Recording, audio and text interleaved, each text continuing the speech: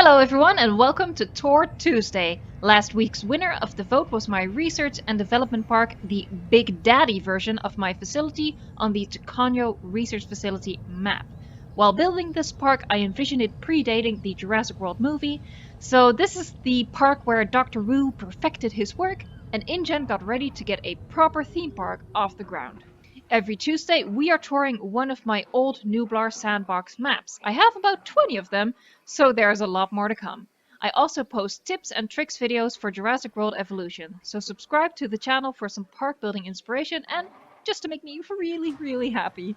You decide which park we tour next week. Polaroid Park and Puzzle Park have been left behind again, feeling very neglected, like the kids that never got picked for the teams during gym class. Can't relate. Traumas. To fill the slot left by this week's winner, I have added unnamed park number 1. Aren't I just a wealth of creative input? I've already posted a time lapse for the central path design, and I thought that when we visit the park, you guys can help me come up with a name for it.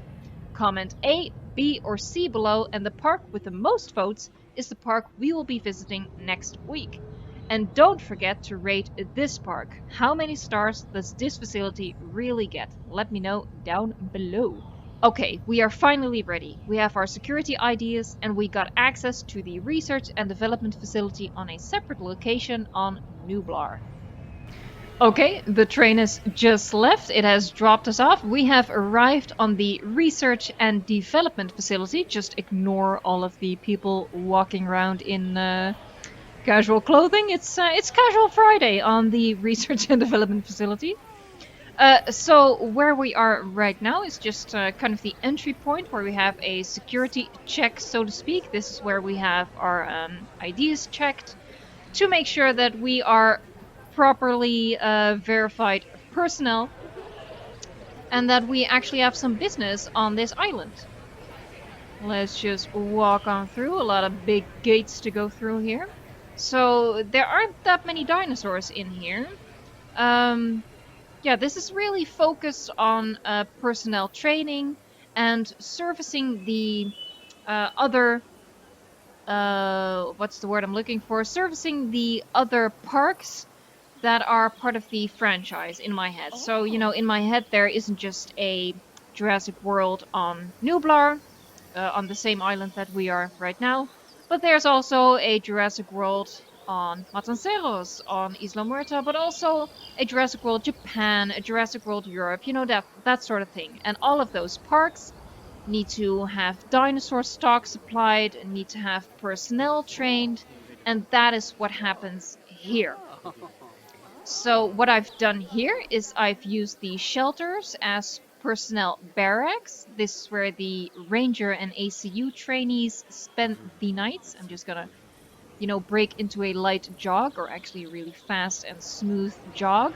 The fast food restaurants are like mess halls. So this is where we eat as trainees. So, you know, we sleep over here, we eat. This is all just, you know, when we're off duty, basically. When we go over here, these are the training grounds for the ranger teams. So, you know, this is where ranger personnel, it's sort of like an obstacle course, you know, where the dirt is, that's the course. So, you know, you'd have to climb over and weave through these rocks. You're running. Oh, maybe you have to stop and do a quick target practice, and these are your targets that you have to shoot at. And, you know, we have to make do, so... And then you continue along, and then you have this huge wall that you have to climb over really hard. And again, these you have to climb over, go back down, climb over, it's really difficult, go back down, and then continue the track. And we have more rocks here that you have to, you know, climb over. And there you go, and then you complete the course.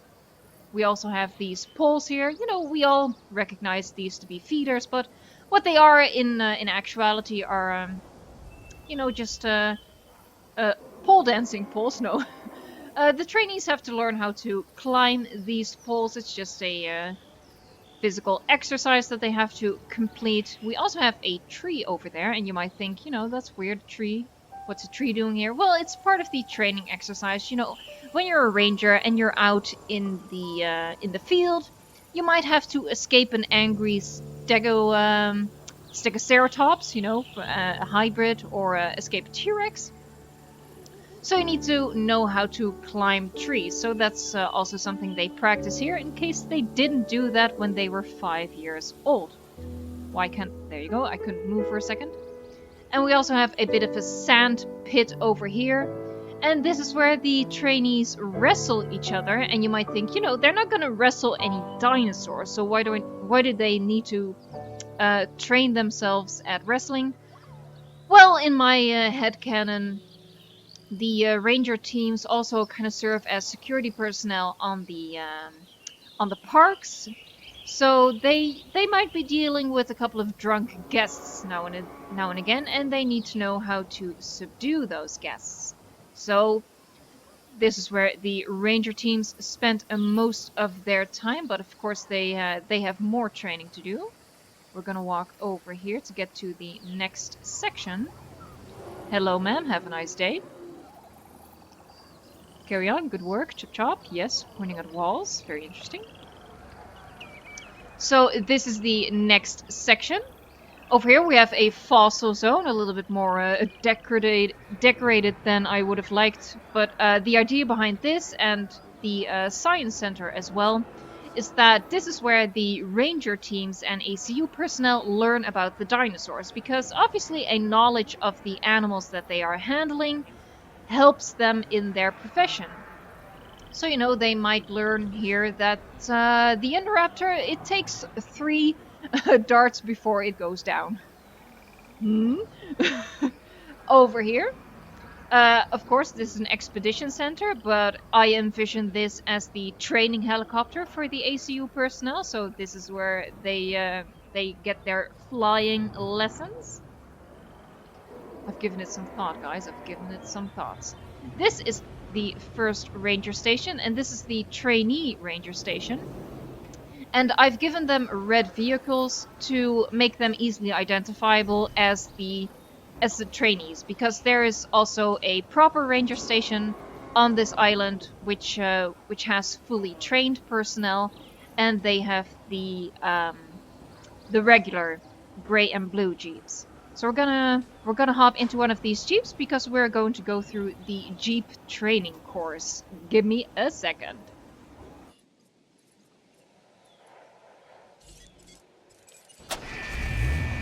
The gate is already opening for us. I'm not in an ideal position in front of my keyboard. So this is the Jeep training course, and for starters they have to weave through all of these trees. There. Then go through all of these sharp corners, go around these rocks over here, because this is supposed to simulate when they're out in an exhibit, trying to hunt down dinosaurs, trying to trank them, or not trank them, medicate them. Tranking is for the ACU, of course. We have a gate opening. I don't know why there's a gate there. Here we have sort of a full stop exercise. They break on the gray mark over there. We've done very successfully. They move back over here to complete the course, driving through water. You know, literally getting their feet wet in preparation for their services. Splashy, splashy. Bang, and just like that.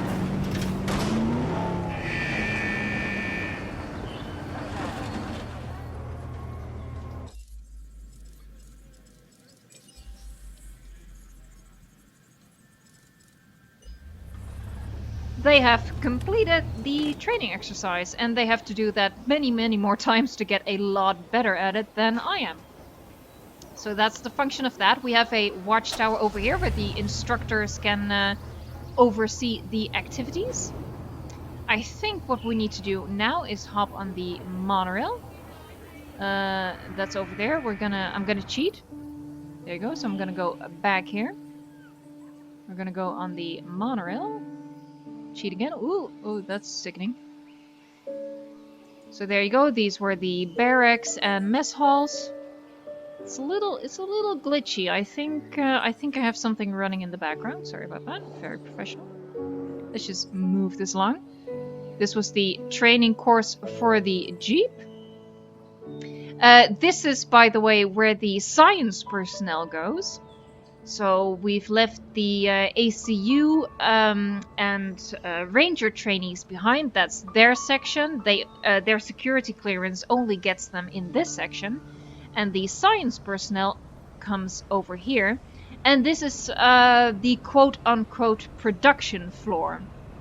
So this is where scientists from all over the world they come over here to help with the development of all of the dinosaurs that populate all of the Jurassic World parks all over the world.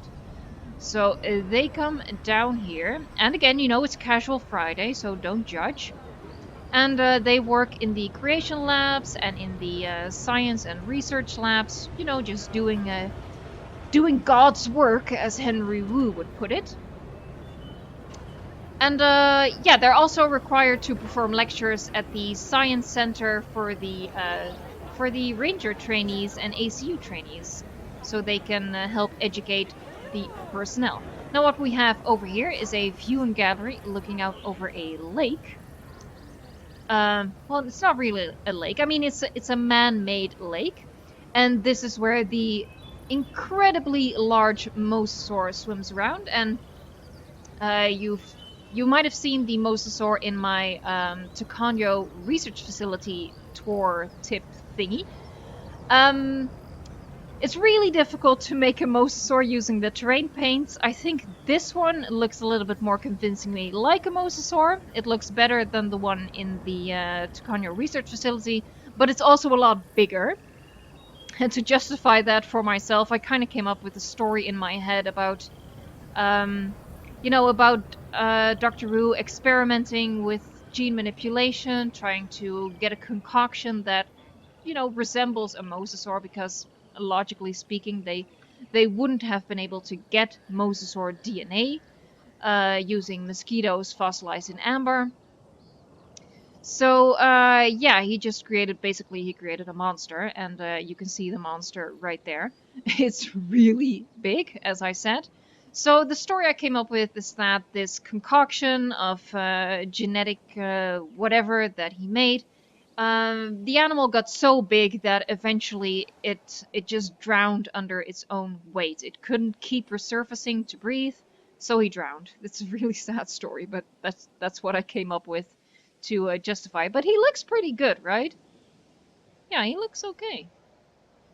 I'm pretty happy with how he came out. But the one in the Tacanio research facility is literally like, including the tail, it's only sorry, it's only about this big.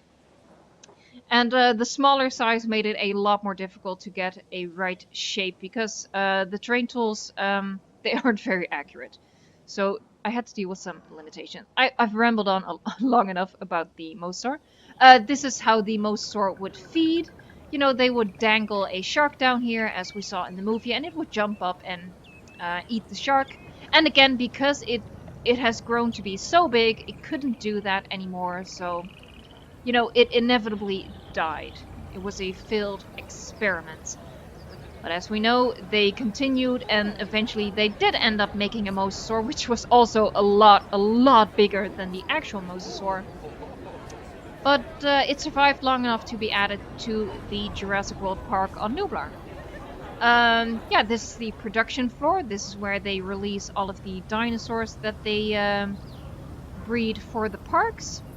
It's really loud, Jesus. We have a proper ACU center over there. You know, they track the dinosaurs that are produced. In my head, the dinosaurs would release before they reach adulthood, so they'd be juveniles. They get tranked and flown or shipped over to the other parks. Of course, it doesn't really work that way in the game, but this facility relies heavily on my imagination. So I hope you'll use a little bit of your imagination as well. Over here, let's speed up a bit. We have the VIP section. because, you know, of course, Dr. Wu has this massive god complex, and I imagine that a lot of something is sick and dying. Sorry. I imagine that a lot of world-renowned scientists that would respond to Dr. Wu's call to help him do his research over here, you know, they'd have big egos, so they'd want a nice hotel and a nice restaurant, and not just sleep in the barracks with the ranger trainees. So, you know, they have this nice place to rest. While, yeah, well, they do ethically questionable work over here. Let's go back down again. You know, we are magically flying people. So we're down here. We're gonna move over to the Raptor pens, and this is the start of Vic Hoskins' project with military to find an application for the Velociraptors. I think, yeah, I think they're all dying because, as you can see, I accidentally put in these feeders, not carnivore feed. I'm so sorry. I'm sorry. Oh no, it's so sad. Oh. Let's look away. Let's just do that. Hello. Yeah, that was really stupid. But anyway, let's just ignore my horrible mistake. So these are the raptor pens, and this is where they train the raptors and socialize the raptors and figure out which individual is more prone to listen to commands, and that's how they select individuals to continue breeding with, as Vic Hoskins alluded at in the Jurassic World movie. You know, they pick certain sociable animals to breed with to, in the end, get a more docile version of the Velociraptor. That's just how I imagined it. Over here, well, we can get to this section via the monorail or via this bridge over here. I don't think we're technically supposed to go here, but we're going to anyway.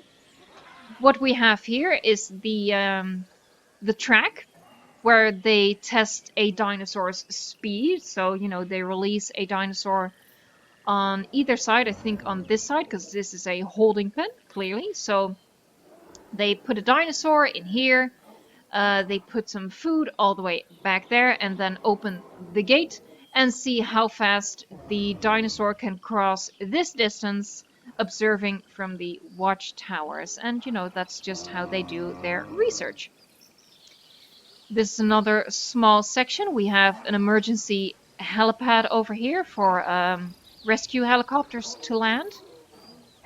We have some dinosaurs in these pens. We have Triceratops, Gallimimus, and what's back here? Oh, Ankylosaurus. So these are just dinosaurs that they are observing. For example, the Gallimimus and the Triceratops, they are observing to see if they can use them in the petting zoo as planned and as we saw in the movie. And the Ankylosaurus is being studied to see if they can find some sort of military application for it, but also to figure out if they can make a more accurate representation of Ankylosaurus, which of course wasn't as heavily armored as this specimen is. Over here, we have the TRex Quarantine. And the idea behind this, are you also dying? No, you're fine. Do not mind the Herrerasaurus. This is just a baby T-Rex. So what we have here is, I figured InGen would capture the T-Rex couple that lived on Sorna. So this is the female, this is the Buck Rex that wrecked San Diego. And they also... Shush! He's being protective of his baby, that's what's happening. And this is the baby scared out of his mind. And the idea behind this exhibit or enclosure, more like it, is that they are observing the T-Rex couple, see if natural breeding is an option. the youngster sounds a little bit ill, like he has a respiratory issue, so they have to figure out if that's something as a result to the trauma that it suffered as it was wounded and taken to San Diego and heavily tranquilized, or if it's a result of impure breeding, because of course we have two genetically altered parents. So they're just observing to see if natural breeding is a cost-effective alternative to incubation in a lab. Now the monorail is going to take us over to the final section. I'm just gonna fly up to give us all a better view of it. And this is the Paleo Farm that I also posted a version of a while back on Reddit. And it's one of the ideas that Biz also best in slot. I'm calling him Biz. We're like this close, guys. We're like this close. No, I'm kidding. This is the park that this is the idea that Best in Slot also incorporated in his park after seeing it on Reddit, which was really exciting to me. I'm getting out of breath because I'm so excited. So this is the Paleo Farm, and you know, when you're breeding dinosaurs, you want to feed them the right kind of food. So I'm just pretending that these trees are paleo trees, meaning they are from the Triassic or Cretaceous era or whatever. Not really, of course. I mean, these are just regular ass palms, but again, use your imagination, people. Use your imagination. And so they are growing these trees to feed the herbivores with, because the right kind of nutrition is important for the animals, and it was kind of done more like a marketing stunt, you know, pretending that they care so much about the animals that they're actually growing extinct plants to feed them properly, yada yada yada. Um, yeah, I really like this idea. I think it's a huge waste of space because it does nothing, but it's interesting. So that's why I like it. And you know, they're growing ferns over here, all that jazz. Oh, one more thing. How do I speak like this? Here they are breeding, um, I don't know, prehistoric fish to feed the mosasaur with. I'm going with that. So these are this is the fish pond where they are growing the food for the mosasaur, for the Spinosaurus, for the Suchomimus, Baryonyx, Spinoraptor, all that jazz. So that's what's happening over here. And then we have seen the entire park, so we're gonna zoom out as we always do, so you can get a good view of the entire thing. And I think I'm gonna move over here. You can see how big the Mosasaur is. It's really ridiculous. Oh, I'm going down. So, going down. It's really big. It's really big. It makes absolutely no sense. Um, why am I not going up? Is this as high as I can go? Okay, then we'll zoom out. So this is the entire park as seen from a aerial perspective. I hope you enjoyed seeing this park. I had so much fun building this park. It was probably my most enjoyable park building experience because I got to think of all of these stories behind it and find explanations for some things. Oh, I didn't show you the goat farm that's back here, but there's a goat farm back here. Fun stuff. And yeah, that's basically it. That's just what I wanted to show you. I hope you aren't disappointed in this park, and let me know in the comments how many stars you would give this facility. 1, 2, 3, 4, 5. I'd really love to know. Let's actually check at the real rating. It's at 2.5 stars. That's because we only have 13 dinosaurs, and only 6 species. So not great. Facility rating also not great. Obviously, we have. Why is shopping rating 7%? This should be 0 because we have no shops at all. Oh, the fossil center does something for shopping, I think. Okay, so that's it. One more look at the Mosasaur over there. I seriously think he looks pretty good, but he's enormous. I mean, this is the T-Rex. Oh my god. You know, the Mosasaur in the movie was absurdly large as well, so it kind of works in that way. Yeah, I think I've ended the video like 3 times already. I just keep rambling on. I'm pretty excited about this part. Um, that's all. Thank you so much for watching and for putting up with me. And until next time, enjoy the game.